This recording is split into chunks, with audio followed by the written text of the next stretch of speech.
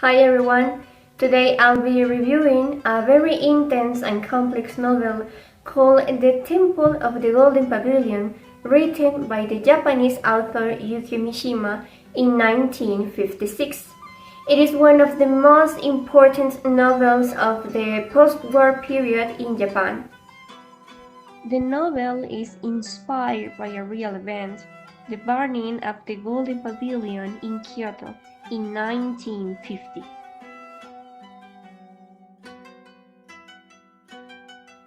This event deeply shocked Japanese society, since the temple represents one of the highest symbols of traditional Japanese beauty and culture. In the book, Mishima creates a fictional version of the incident. The story follows a young man named Misoguchi, a stuttering, lonely, and insecure novice monk who becomes obsessed with the beauty of the temple. From admiration, his feelings turn to hatred as he realizes he can never live up to that kind of perfection. A theme which recurs throughout Mishima's writing is an obsession with a mysterious and threatening notion of beauty. The novel is narrated in a first person, and it explores Mizoguchi's psychological journey, from idealization to destruction. This process is deeply symbolic. Beauty, instead of inspiring him, becomes a source of oppression. Mishima does not just describe madness or a criminal act. He transforms a historical event into a reflection of aesthetics, identity, nationalism, and inner conflicts. One of the most powerful ideas in the novel is that destruction can be a form of liberation. Misoguchi believes that burning the temple is the only way to escape the suffering of that beauty causes him.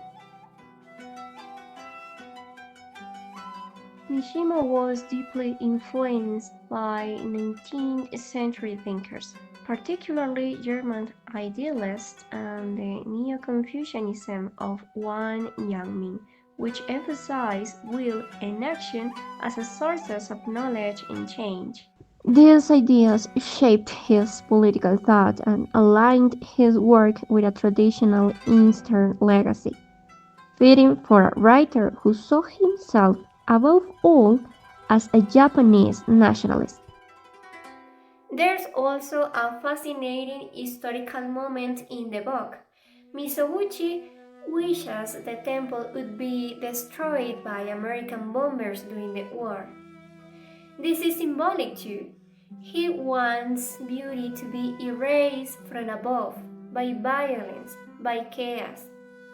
Interestingly, Kyoto was almost chosen as the first target of the atomic bomb, but it was saved, possibly because the U.S. Secretary of War, Henry Stinson, had honeymooned there. There's also a clear projection of Mishima in the protagonist. Like Misoguchi, Mishima was physically weak and became obsessed with overcoming it. He even started bodybuilding as a way to transform himself.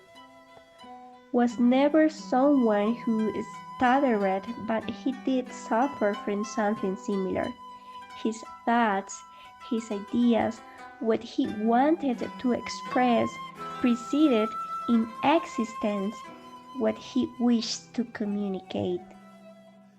Perhaps for that reason Mishima chose a stutterer to be the protagonist of his novel and thus projected his feelings and artistic sensitivities. Mishima gives us a story that is both personal and universal, historical and timeless. That is what makes it so powerful and also so disturbing.